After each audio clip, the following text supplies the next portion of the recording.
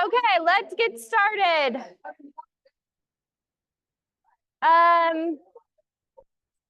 Crystal. Okay, we're gonna have Crystal come up. Remind me what lender you're with. Inspiro. Okay, awesome. So she mentioned she's doing like a headshot day. Yeah. And like, tell us about it. Yes. Like a branding shoot. Oh, this is exciting because we're going to talk about this today. So go for it. Finding different model homes. A lot of you know who I am. Some of you don't. So I'm Crystal. I'm a loan officer with Inspiro. What's your last name? Curly. Okay. Okay. Sometimes I see emails, so. Do it. You have 2 minutes. So next Friday, I'm doing headshots. It's actually gonna be at my house. We normally do them at like different model homes, but we just remodeled our house, so that's beautiful. Some of you guys have been to the house. Fun. Anyways, we have 20 minutes. You get to come and take pictures in the kitchen and in the dining and the office. Anyways, so a full branding shoot. So if you want information, let me know. Will you, because I didn't have you on the mic on because there's a few people on Zoom. Will you just remind us what day and then make sure you get the address to Barry? So when we send a follow-up email, he's just upstairs at the front desk. Before you leave. So it's going to be November 8th, and we have like 10 slots, but I think 4 or 5 of them are filled. So it's a first come, first serve, but I do it every single month, and we'll go into like model homes. And then this time we're going to do it at my house. So we always try to have it at different locations, but I'll send the information and then you guys can sign up. Another thing I just wanted to add, you guys, is a lot of you don't know this, but so totally separate from lending, we're contracted with Lennar and Richmond American, and we go into their homes and we set up their model home furniture for them. And then when they don't need their furniture anymore, we have these big, huge model home furniture sales. And so I'm going to send out another invite. Fingers crossed in December. We just don't know when they're going to have their model home sales because they tell us when they're going to have them. In fact, they keep pushing their model home sales out, but it's a really nice tool for you to use with your clients because you can offer them, hey, you just bought a new home, come and furnish your home for like 10% of retail. So it's pretty awesome. And we can co-brand flyers for you, but just to have in your toolbox. So I'll keep you posted as soon as I know when the next sale is going to be. Yay. Thank you. I love that. Yeah. Okay. Perfect. Hold on. I think I have to wake it up. Okay. Yeah, any info you want to put on there, and then we'll also include in the follow-up email. I think that one should work. If not, the rules, you have to throw it against the wall, and then I'll get you a new one. Okay, good, it works. Okay, so this is the only announcement, and then we're going to get right into the content for today. So Carrie and Emily are both at Franchise Systems Orientation, which is a class required by franchise owners every 3 years. And it's also great content. So we don't just go because it's required. And they were on assignment for that. So I'm on assignment here, and I just have one announcement. And this is a very important announcement. So we have for the business planning clinic this month, or I'm sorry, this year, because we only do it once a year. We are bringing in Abe Shreve. Raise your hand if you know who that is, and it's okay if you don't. Okay, so this is why I'm mentioning it, because I don't think a lot of people know who Abe is. So we are lucky. He lives in the state of Utah. But he is the CEO of MAPS Business Coaching. So we have MAPS Coaching that some of you are probably clients of that coaches our agents.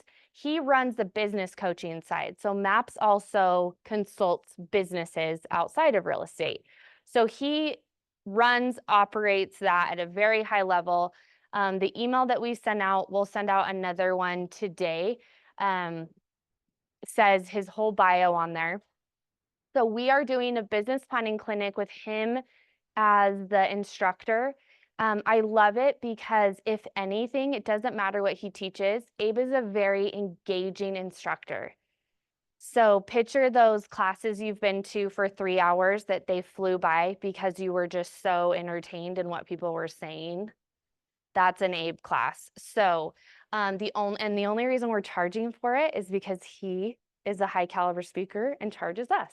So this is just us. If we get 50 of our agents attending, which hopefully we even have more, then we'll just cover the cost of him, and this will be worth getting your business plan set up. If you've never been to business planning clinic, depending on the instructor, it can take different lives, but my guess is for Abe, he's going to be primarily focused on, he definitely touches on mindset and helps you look at the things that you need to check for your business, inspect.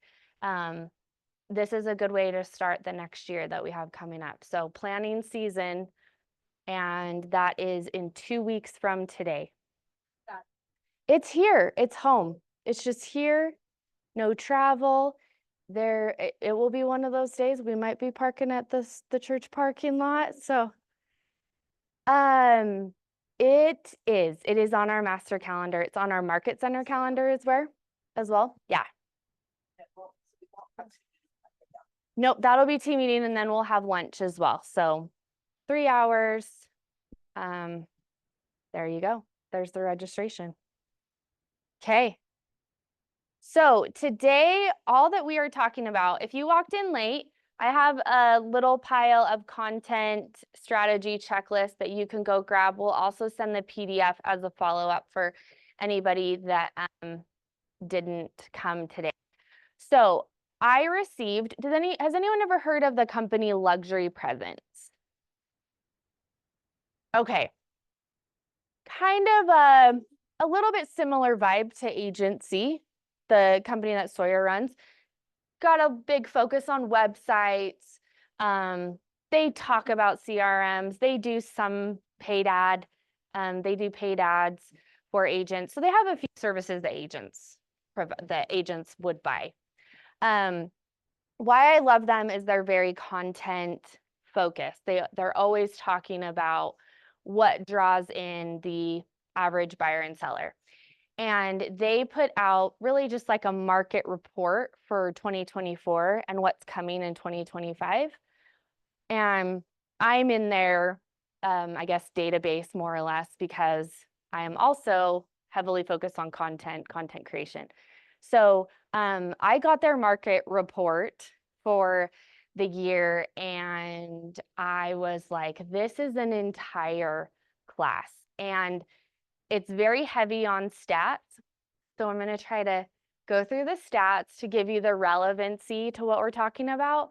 But then the reason why I have a checklist attached to this is it's like, here's the tangible, what am I going to do? And maybe get clear on that checklist before business planning, because then you'll have even another tool to bring to that. Okay, so today, it's a little bit less of, if you've been to one of my classes, especially with the recent classes I've taught with KWU curriculum, I'm very focused on like the outline and the, basically just the curriculum. This is more like, let's go through the stats. Like, this is our industry.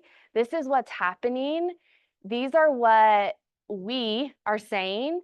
I want to have discussions around it, maybe see what you guys would add.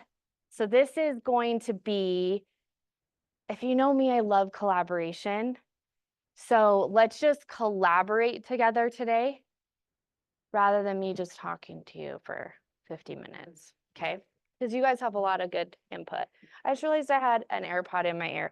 Also, I had an AirPod in my ear when I took my driver's license picture. Fun fact. But I had it was on the poofy hair side, so we were fine. Okay, so these were just the general key findings. So this is kind of the reading material, but I want to go through each of these points with you. So the key findings. So when you're like, key findings, what are you talking about? Like, where is this data coming from? They basically took and do take very good and detailed surveys from their client. So the avatar of their average client is usually picture that just maybe, I mean, luxury kind of, but just maybe your top tier real estate agent investing a lot of money in websites and all these other things. That's their general client. They definitely have different tiers, but they put out these big surveys. So this is a good collection of all of you, the voices put forth in this, okay? So these are some of the findings. For 2024, let me just quickly look at my notes. Okay, so this is for 2024. Well, and we're talking about 2025 too. So increased marketing investment. So the vast majority of respondents plan to maintain or increase their marketing budgets in the coming year.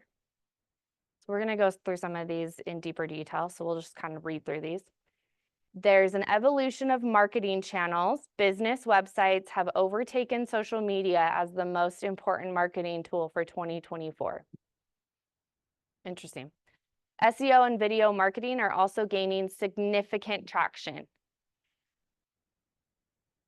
This is my favorite one. Underutilization of CRMs. Despite their proven effectiveness, more than 30% of solo agents do not use a customer relationship management system at all. This is not the time that I go, and which one of you doesn't use a CRM? We don't play that game here. One thing I would say of this is, if I am, because we are nicely competing with each other and with anyone that's not at this office as well, I look at that differently, saying 30% of agents don't effectively follow up with their database systematically. Good news for me. Or, oh, that's going to be on my list, right? So we're going to talk about that. Ongoing focus on leads and branding. Generating high-quality online leads remains the top marketing priority, followed closely by personal brand development, indicating the continuing rise of these two vital business components. And then strategies for top performers. High-earning professionals engage in more frequent and diverse marketing activities, with those using 5 or more marketing channels reporting double the average gross commission income compared to those using fewer. That one I actually do have laid out on our content checklist we're going to go through today. Okay, a few more. Optimistic income outlook. Despite challenging market conditions, an overwhelming majority of real estate professionals expect to increase their income in 2025.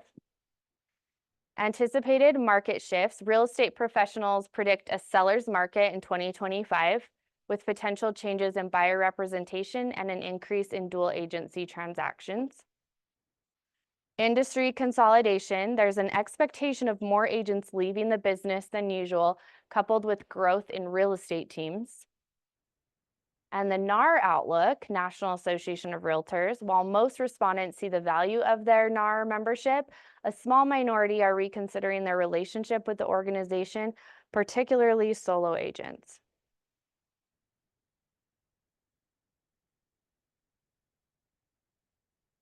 Okay, any thoughts from those key findings? We're going to go through those in detail, but I give you the meat before we go into all the details. Tammy, I might pass this mic around. Yeah, I think it's interesting that people are thinking about going away from NAR.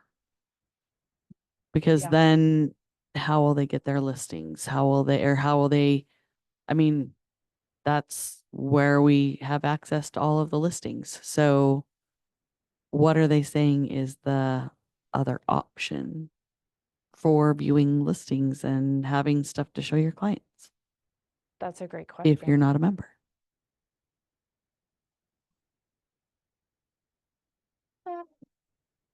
I know that there's at least one group trying to separate like MLS access from being a member of NAR or your local or your state realtor association, just because they feel like that's kind of coercion for having to be a member of those. So I know that there's some groups that are looking to decouple those two things.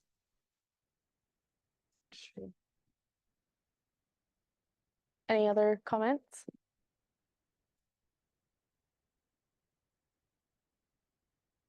Okay, we'll keep going. We can keep talking about it. Okay, so highest priority 2024 marketing goal. So as the reported gross commission income of survey respondents increased, the importance of personal brand development increased too. For agents reporting 400,000 or more of GCI, the importance of brand development and lead generation were nearly identical. So this current graph, I know it's a little bit far away for those not on Zoom, generate higher online leads or quality of online leads was basically the top priority, 35.6%, and build my personal brand was 21.7%. And then the third came in at generate more opportunities from my existing database. But this was saying that as that GCI went up, pretty much the quality of the lead and the branding were almost exactly the same level of importance. Why do you think that is?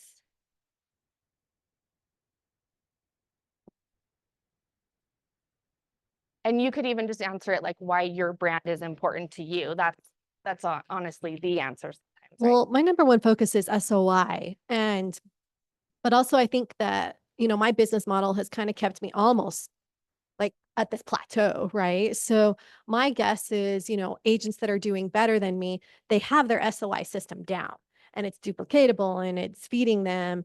But to increase that SOI, that's where it comes in with getting new people, getting, so the online leads is how you grow that SOI, right? So I think that that's maybe why that's more important to them at that higher level is because they've already figured out their SOI. This is me speculating where I'm trying to go. So No, I love it. so I think that that's why maybe that's more important to them. And brand recognition, of course, is also going to feed into that new lead system, the new, building your database. That's my speculation on it. And just because I know you've had your brand for a while, does having a brand help you tell any story? Like it doesn't make it easier.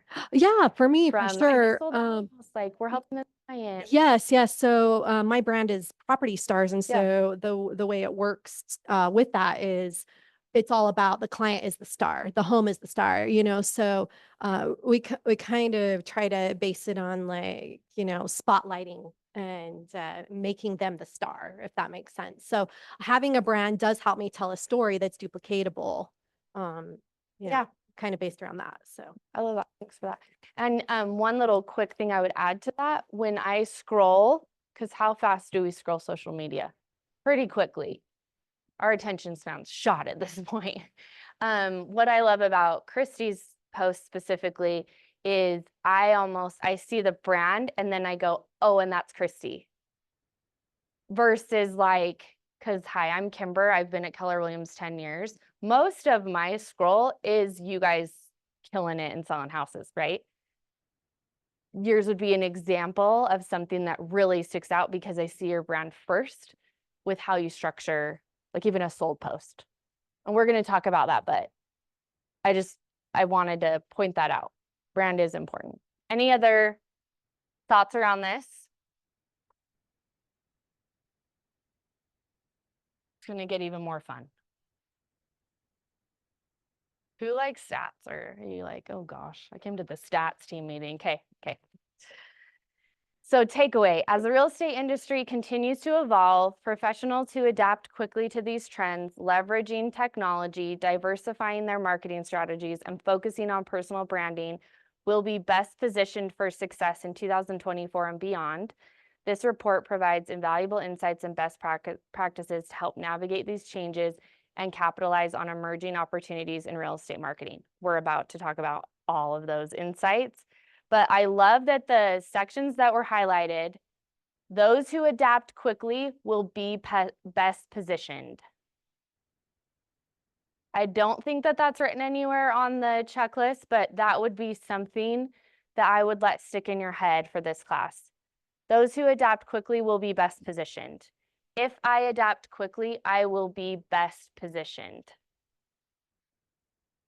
And you'll see all the ways that you're going to do that.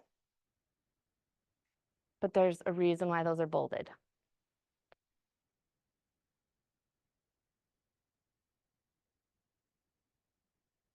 Okay. So, who likes graphs? If you don't, you have no idea what you're looking at. So I'm going to help you. Because at first I was like, what does that say? Okay. So the left side has little data points. The right side has data points. Okay. The left side is 2023. So I'll give you an example. The very top one that's very bolded, business website. So the left side, 2023, is a lot lower than the right side. So that means that in 2023, agents didn't assess that websites were as important as they are in 2024. And the increase of that was almost 6%. So the importance of having a website went up. SEO is huge. It went from 22.7% to 34.7%. That's just in 1 year. Video marketing went up as well, 2%. And two things went down a little bit. Social media and events PR. Why do you think social and events went down? If you had to be an analyzer of data. There's not a right or wrong answer. We're going to talk about the reasons. I'm not going to be like, hopefully she says the right thing, but No, I your think that thoughts? some people are starting to realize that they can, like, for me, like I Yeah. can go down a rabbit hole. Like I can spend so much time. And so like some people are starting to like back away from it a little bit. Time And blocking, time blocking time and for it, removing apps. Yeah. yeah. And then also there's just so many people that are using it and they just copy and copy. Like I feel like sometimes it's easy to get lost in it with so many people in it doing the same thing. And that's a really good point. Just my thoughts. Easy to get lost, right? And our job as agents is the opposite, right? To help simplify, to help them find what they're looking for. That's actually a really good point. Anybody else? And maybe even for events. Do you feel something in the air different about events? I'll go to Daly's. So for events, that's a pillar of my business. But I do feel like as much as I still want to go heavy on that because that's me and that's part of my brand, that I do feel like, if anything, our world is even more busy than it's ever been. And people just have to be not just time blocking for themselves, but time blocking for their families. They have to be more selective how they're spending their time because you just can't be everywhere and do everything that's available. And then I also think that as our generations age up, that the younger generations are still hiding behind their screens and they're not as social and they're not as interactive as maybe previous generations. So I think both of those things play into the effectiveness of events. Remember everything Daly's just said, because we're going to tie a bow on that. When we talk about events might not be going away, but how we do them might need a pivot. Crystal. So I'm just going to talk about my experience because I work with a lot of different agents. And I'll tell you that people are struggling right now. And so it's hard to put on these big events. And that's a lot of the feedback that I've gotten from some of my agents. It's going to get better. Yeah. We know that, but just hang on tight. But I do think that's a big reason for events and what you're seeing. I also think that as far as the social media goes, consistency, time, right? And we came off of this COVID where everything was online and it was like, hey, I got to get my brand going. I got to start posting. And you're seeing people kind of fall off of that maybe from, the last couple of years to where we're at right now. So those are kind of my theories. Oh, I love it. Nick? Yeah, I was going to say, I kind of think that it might be a mistake that people are making. I could be wrong, but I just think like social media and events are really great ways to work with the people that you already are in relationship with. They're warm. A lot of that is for your sphere. And then the other ones are leads. And I think agents are like, they've moved away from their sphere and they're like, I want leads, like send me a lead. And so I think in my opinion, it's a little bit of a mistake, but I think that's probably why. Yeah, for like they should be focusing on their SOI. They should not think that social media is less important. And they shouldn't think that events are less important because they should be working on their relationships with the people they actually know. Okay. Oh yeah, Crystal. And then I'm just gonna say, like, I didn't plant Nick, but thank you for being a great student because you gave me a good segue. I just wanted to talk one more thing because I have a lot Yeah. of experience with different agents and been buying leads with different agents and like realtor.com, Zillow, and every single agent that I know has stepped back from those platforms because they're just not closing. So Yep. Interesting. Yep. It'll be interesting to see where things go with AI. I'm gonna leave that out there in the world, the mic. Okay. Okay. Just so you know. Oh, and you too. You're a good student too, because we're gonna talk about AI. Okay. Okay. And you can push on it, like there's a mute button on the front. You can just push that, and then I'll just leave it out there because you guys will have good comments. I like what Nick said. It doesn't mean that social media's out. It means that the way that we're doing it isn't really working anymore.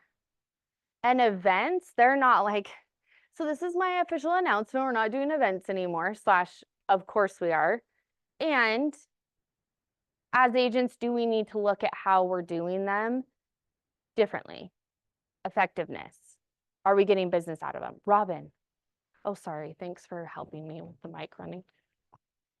Well, this year, from the middle of the year till now, I haven't had as much business close. I did in the beginning of the year, thankfully. But I didn't want to not hold my events because for 10 years I've had events and I've had the same events and my clients look forward to it. And that is how I connect with my SOI. I don't call my database. I'm still trying to get that habit from when I moved here 2 years ago to KW. Okay. But I'm in touch with people though quite a bit doing a lot of things. So for me, my events is like, that's my quarterly touch with a lot of people. And this year I just decided to charge my clients for my events. And I know some people are like, I could never do that. But I said, well, I have to do that. I don't have $2,000 in my marketing budget. So I didn't charge them the full price, but Crystal helped me with an event and we both pitched in, and my clients were happy to pay $5 instead of $25 for the event. The kind of things I would charge. I think I charged $5 for Splash Summit, which is $20 plus parking. Didn't slow anyone from coming. Everybody still came. And then for the Halloween event that I do, I was like, well, I'm going to charge, I think I charged $6 or $7. I raised it a little bit and then I still came in, but I couldn't have done it without that. And I'm not willing to give that up because it's a touch with a phone call, a text, a postcard, and seeing them and taking pictures with them.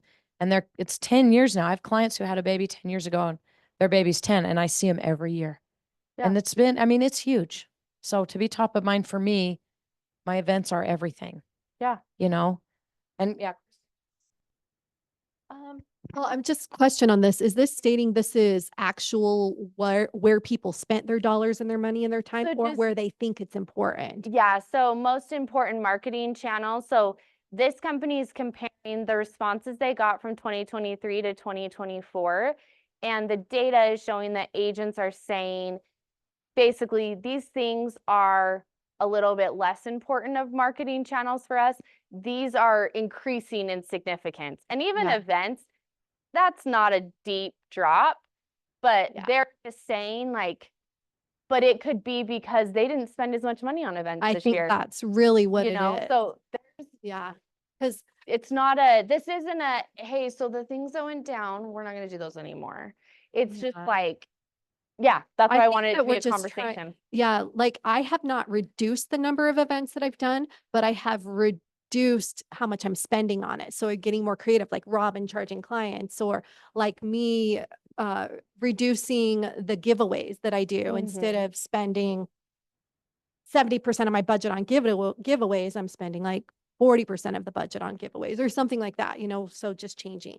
And it's okay if the answer is no, but I'm guessing because you are a student of real estate as well as great at it, you probably looked at that you couldn't track enough, or maybe you didn't really have a way to track business coming from that money spend, and you decided to put it elsewhere where you could basically assess the ROI on it.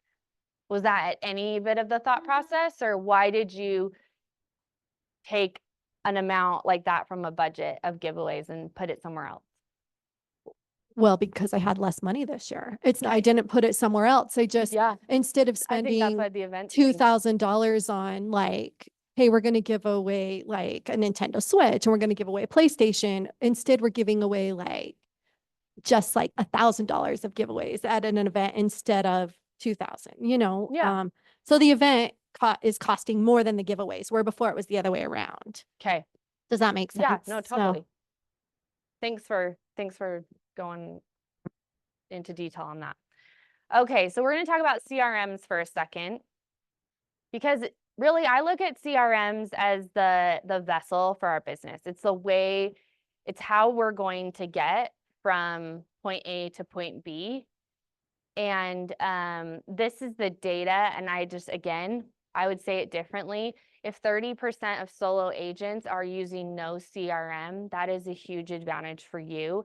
And if you're one of those people, that's maybe the big gaping hole that you're not realizing in your business that's going to change the results for next year. And then obviously it shows the data as far as team leaders or team members, they're more likely to use a brokerage CRM. Paid CRM may be more for brokerage owners. That is not in a KW world. Brokerage owners, it's in the sense of like independent XYZ company that doesn't have and own their own technology. So they're going to tell their agents, Follow Up Boss is a great solution for you, and this is how much it is a month, right? So that's where all that data is coming from. Oh, I used it twice. Just kidding. Hold on. Okay, so these are kind of the action items for a CRM. This is why CRM, other than it's what gets you from point A to point B. We need to implement a system and nurturing strategy with our CRM, right? So you're like, check. Do I have one? Yes. Do I have my contacts in it? Yes. If yes, pass go. Go to the next stage. Do you have a system for nurturing in that? It's always where I get you. Yes. Okay. Is it automated?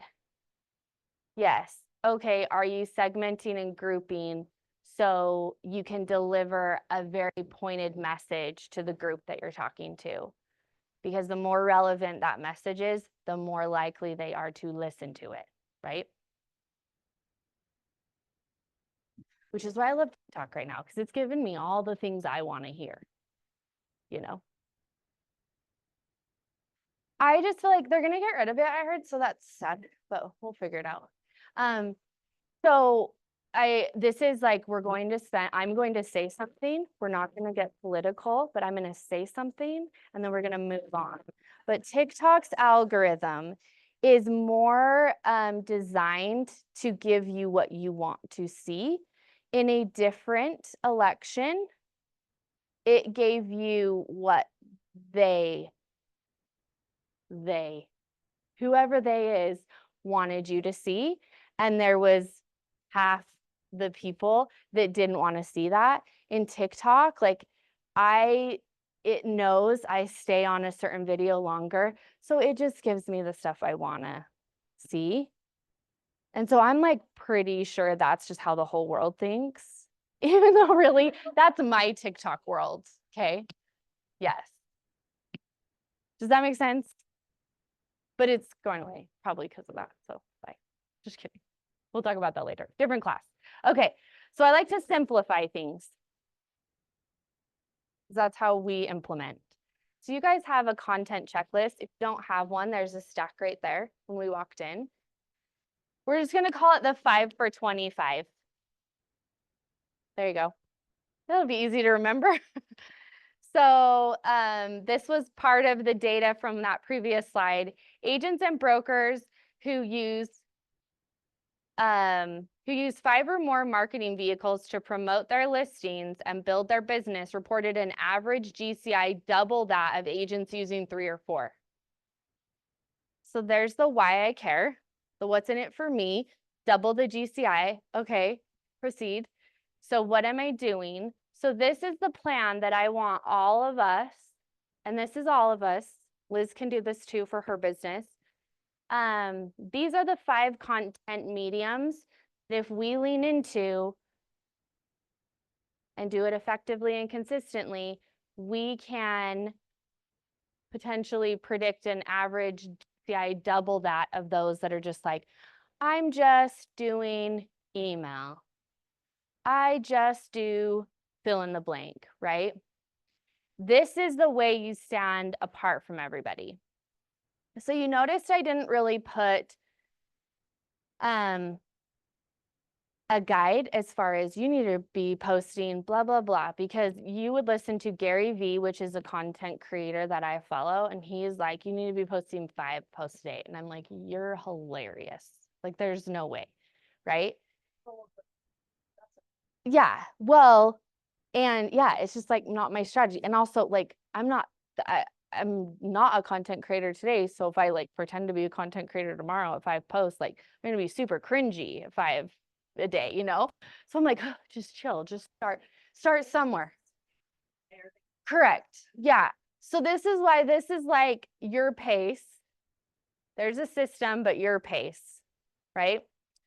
So the 5 for 25 is social posts, website updates, email newsletter, client testimonials, video content. Okay, we're just separating them in 5 categories. So for 2025, how often am I going to post a week? Fill in the blank.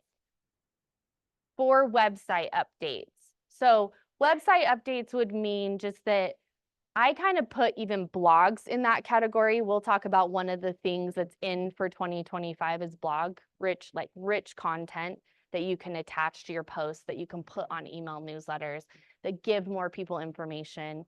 That's another thing. People are kind of shying away from mainstream media because mainstream media has just like they haven't done us right as a customer, right? So we're done. Yeah, we're done. And so we would rather like go read from Marley's blog about like all the cool pumpkin patches.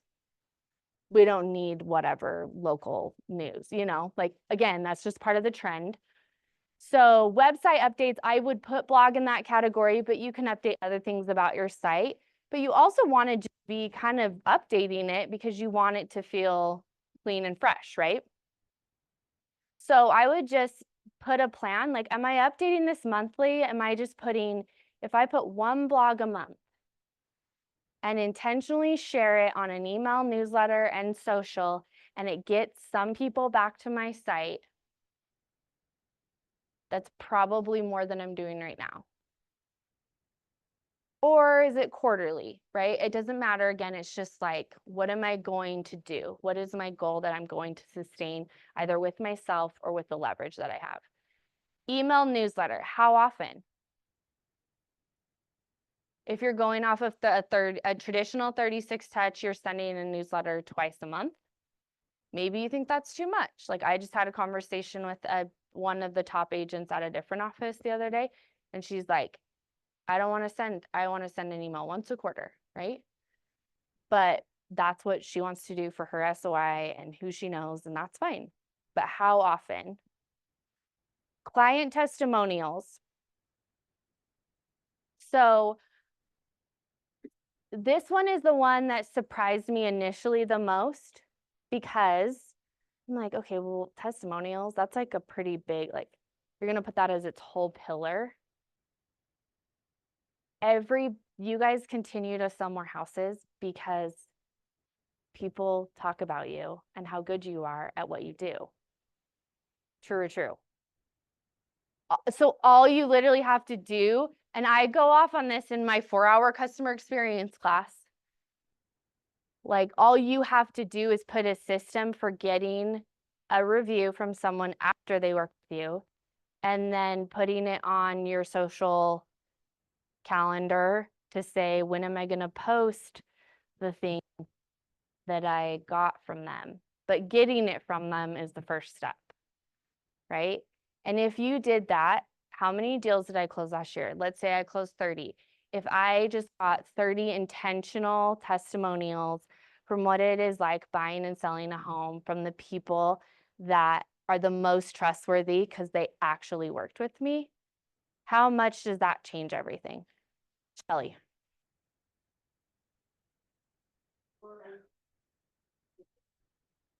Good question. So I'll write down the URL for our customer experience class because it has kind of all the resources on one spot. But there we have a page on there of just how to like get your Google review link to go send. I would always collect the review in Google. It carries so much weight. If you want to go copy paste it, make it into a cute graphic, put it on your website, you know, send it to Sawyer and say, hey, put this as like a main headline with 5 stars underneath it. You can go do all that creative stuff. That tried and true, like the almost the verified little blue check mark that lost its lust when you could pay for it. Like that's where you would want to receive it. So good question. Okay, we're gonna jump through a couple more of these and then we can chat about kind of what's on that, what's on the sheet in front of you. Okay, this is the net sentiment for different marketing methods. So not a lot of data behind this other than this is what we feel like we should be doing. That's how I would interpret what the net sentiment means. This is what I think we should be doing. How official is that data? There you go. Video. I agree. I'm like, I know. Ew. Just kidding. Email marketing. Okay, so here's the circle of life, not the Lion King one, the other circle of life. The circle of life is that whatever is, and this is back to that slide that says websites and SEOs taking a huge jump. This is Kimber's interpretation of that. The circle of life is social media was our source of information and still is, right? It's not like it's obsolete. Again, use it every day. And also, am I going to Instagram to necessarily look up to find who does a specific service? If I happen upon them, but not organically, right?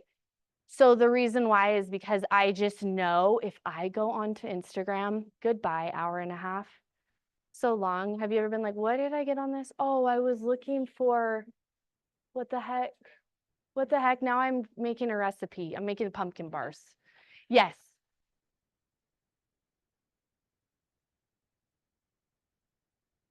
Mm-hmm. Yes.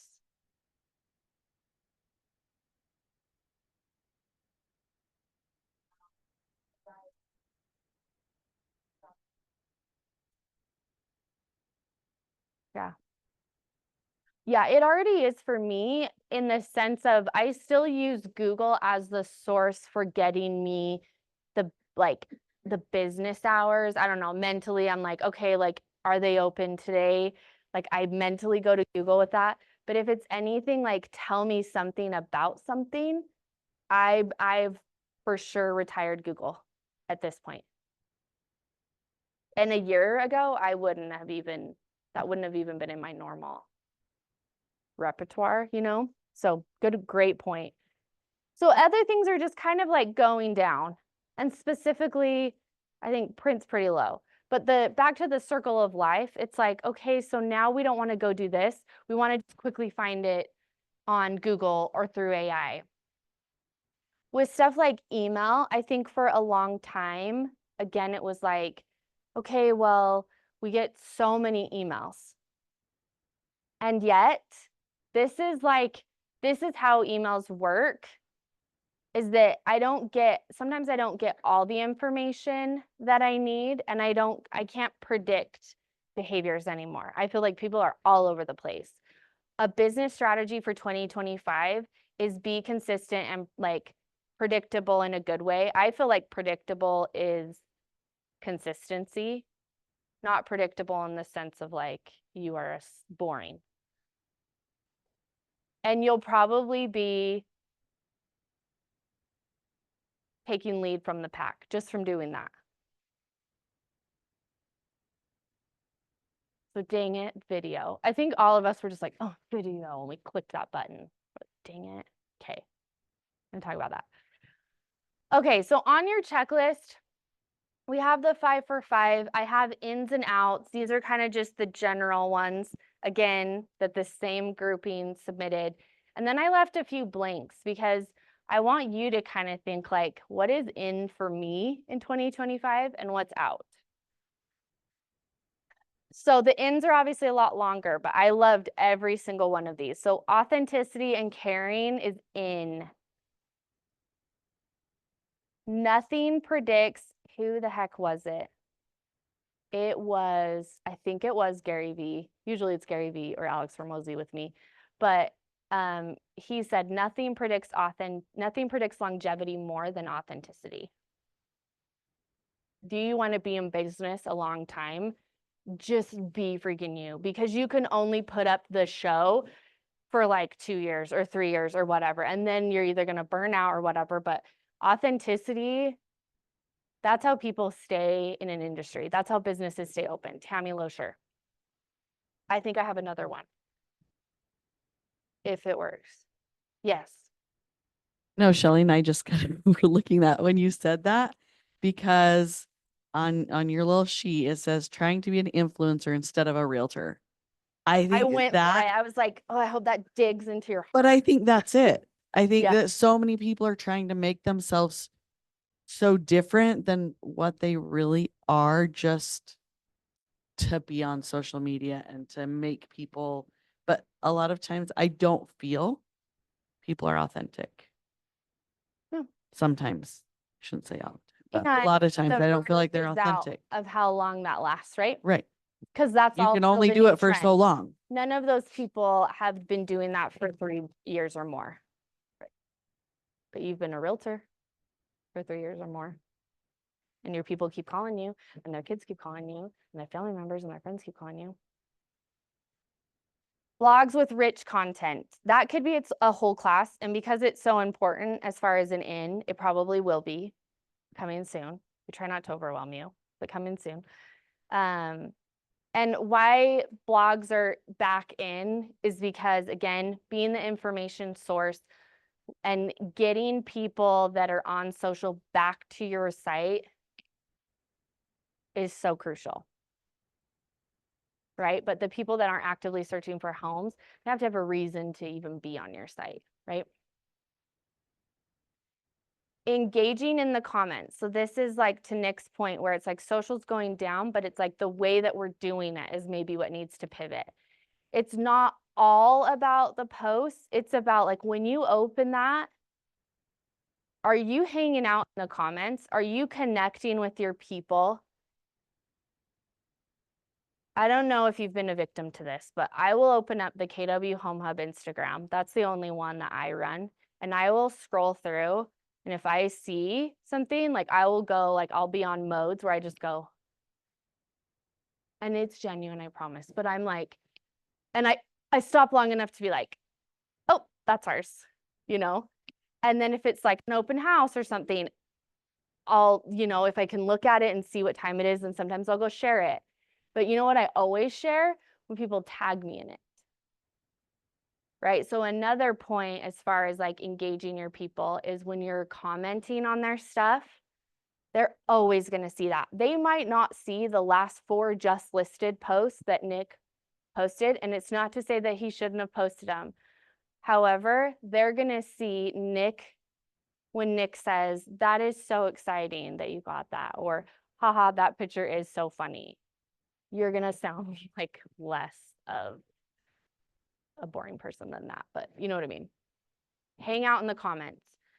promote other businesses intentionally. Be extremely intentional about that relationship. It's like taking the BNI group, I'm looking at you, Robin. It's like taking that environment that is proven for a result, right? Businesses helping other businesses and collaborating and masterminding around that. Just take that to the social channels, right? If feature them in your newsletter, like be intentional about promoting the businesses that you work with. If you're in a official BNI, but especially if you're not, right? Nick, Tammy, will you hand him that? Thanks. Probably not the only one who already listened to the MRA podcast this week. Did you? It Yeah, I was link it on really the Home good. Hub every week. You guys should look at it. Then the stories on Monday. Yeah. Oh, one We of have the the highlight. quotes from that lady, I don't know her name, but she asked what should, Brittany Hodak. Yeah. yes. So she asked every day, what can you do every day to build your business? And she said, ask yourself how many referrals you've given rather than how many referrals you've received. Totally. So when you said that, I was like, yes, promote other businesses intentionally. I love those like awareness moments that you're like, it all makes sense now. Right? Various content that portrays your business and brand. Again, just branding is crucial. So here is like the pivot on events. And I do think, again, Robin's a good example. Like, I know what the result is. I know my people. And I think the core of it is knowing your people. So the worst thing is, okay, there's an event and it's like someone told me to do it. Like success leaves clues. I think I heard Kimber say that once, and like all the top agents do events. So I'm going to do events. And like you do the pumpkin patch and like 90% of your SOI doesn't have small children. Okay, whatever. Oh. Yeah, then that's, you know, and again, I feel like there's other spooky stuff in that thing, so it's fine. But micro events is coming on the scene. So example of a micro event is, again, this is all based on the budget that we have for it, but it's going, okay, I am going to intentionally invite this couple, this couple, this couple, this couple, and we're going to go do a cooking class at Harmon's.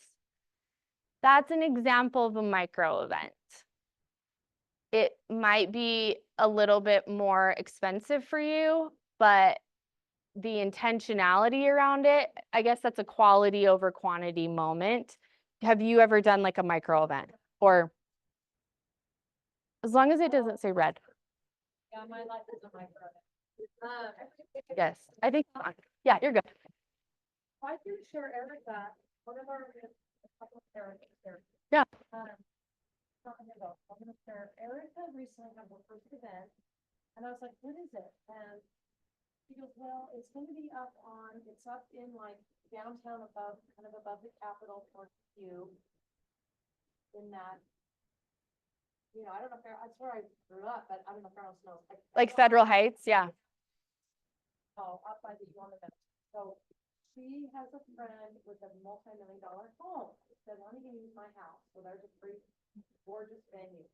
And then she got some musicians from, don't think rock band, think like orchestra. She got some musicians that would come play for very inexpensive. And she's like, I go, how did you know these people? And she goes, well, I'm a musician. Oh, so her SOI has a lot of musicians. So they had a concert and I wanted to go and I couldn't. It was a few weeks ago. She's like, do you want to come? And I was like, yeah. So really, she did. She had a gorgeous venue for free within her SOI. And she had a beautiful, like a concert, and she bought some food and she made really nice flyers. And they went out to, she's a new agent, so she doesn't have clients. They just went out to her SOI. Yeah.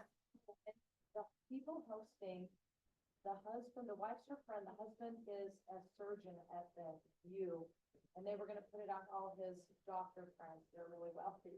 And I was just drooling over this idea, like, isn't that, I know you are too, look at your phone. Well, yeah, because the strategy around that was they happen to know somebody in that neighborhood. And that neighborhood, like when you said surgeon from the, I'm like, well, of course, that's where they all buy houses right there. Or the top administrators at the college. Yeah, because that's the easiest commute. So I'll take one little one I did though.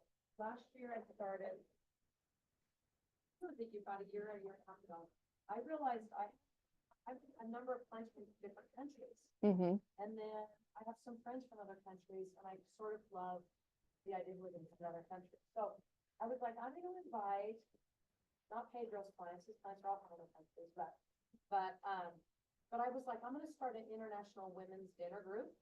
And I just made an invite and I sent it to all my clients from other countries and said, if you wanna bring someone, and I didn't have a big enough house at the time, but one of my new clients did.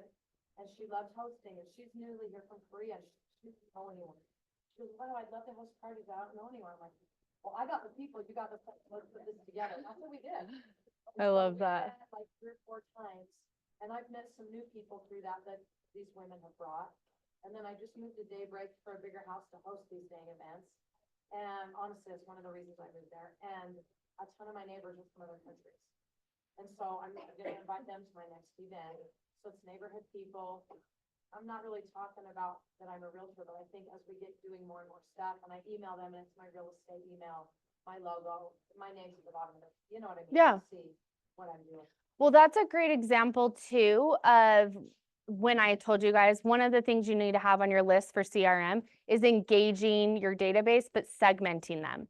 So you don't just segment them so that you have your tags all set up and organized. You segment them because there is a specific group of your international business women that you are going to be intentional about, fill in the blank, in your case, an event, and being able to quickly identify that group is important, right?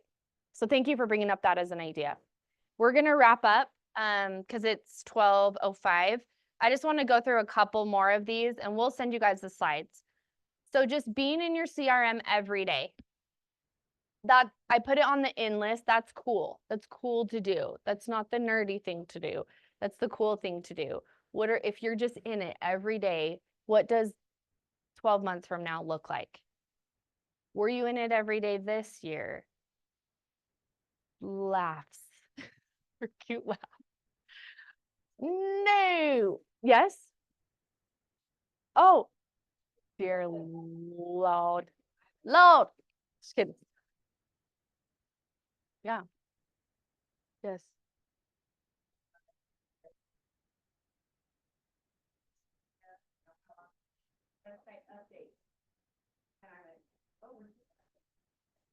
Some of you might be like, I need a website or I need to look at it. Yeah. From the day I opened it, years later till now. Yeah.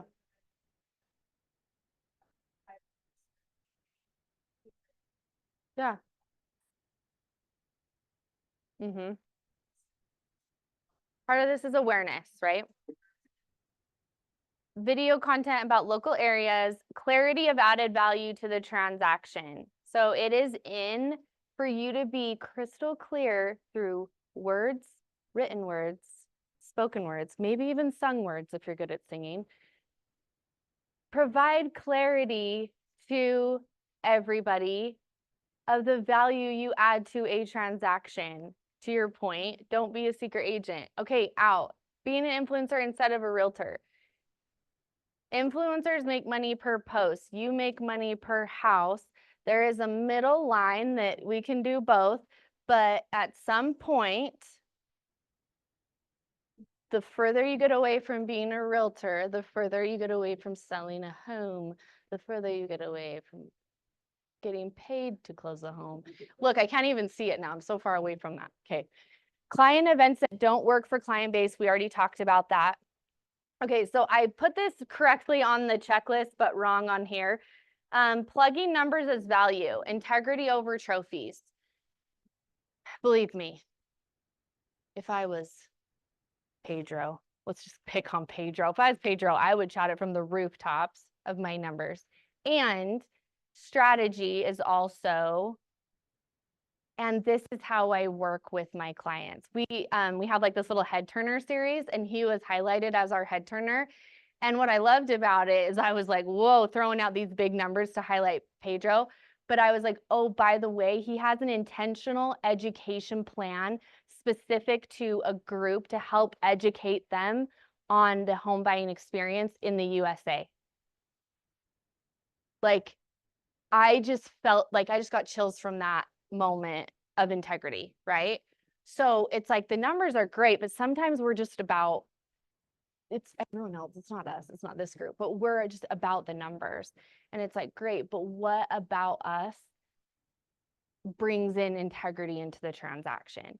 And then overdone Instagram reels, you can interpret that the way that you want to interpret that. Just kidding. Okay, so this is, again, them, not me. Let me pick a good example. Amazing Sammy Aguilera. She just posted, they sold a hotel. An actual, like, they sold a hotel. I mean, just a solid Hyatt, you know? Her walking through, no, but that her walking through, it's like, I'm out in the front. Oh, by the way, there's a hotel behind me. And then there was a couple little click, click, click. How we helped our client. Great. That's about as much as my attention span could take anyways, right?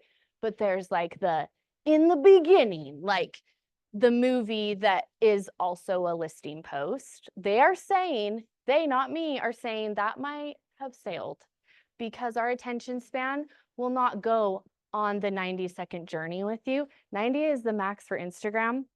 It's not our max. It's not my max. So it's something to think about. But again, there it's they, not me. Yes, Marley.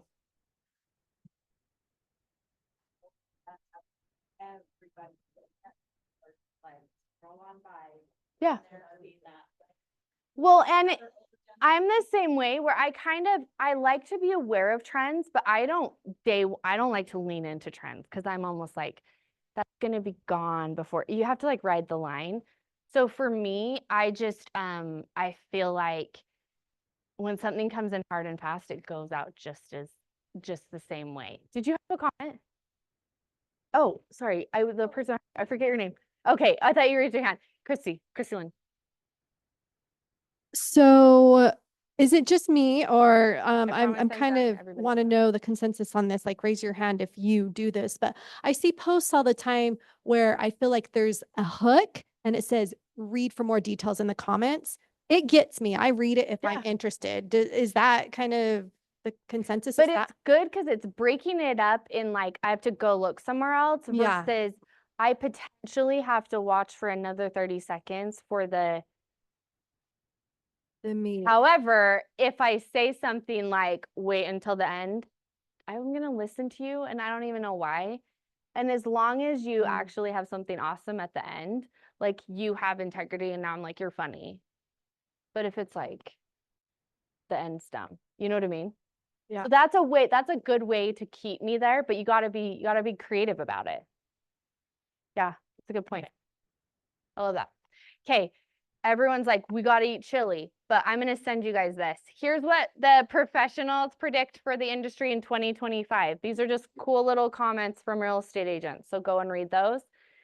And then expect to see, this is really just a summary of everything we just talked about. Strategic social media, to your point, email marketing, invest in digital marketing. Like if you don't, to your point, Michonne, if you don't have a website that you feel like set up and going and that you're proud to drive or that you are driving, like maybe that's on your to-do list. Maybe that's part of the marketing budget that you need to prioritize for 2025.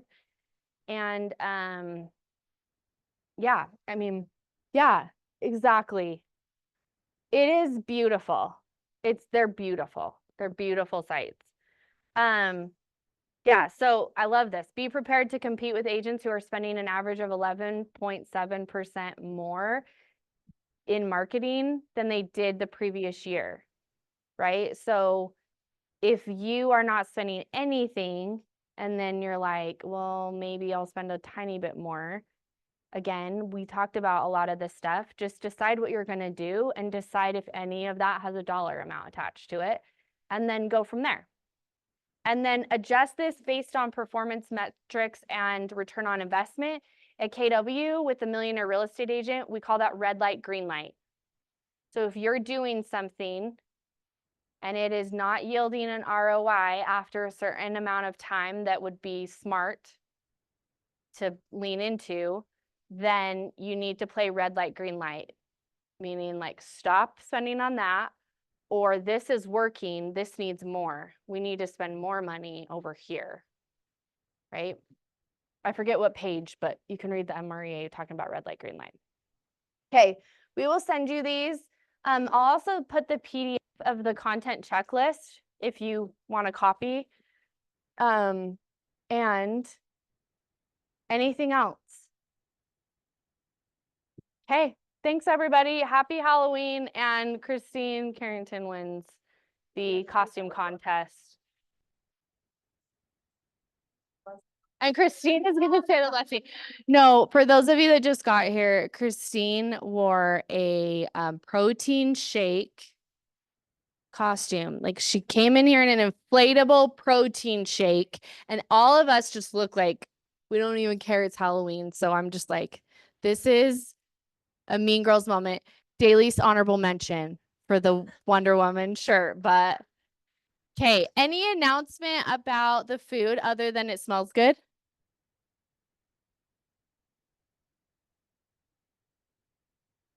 Okay. D, E, okay.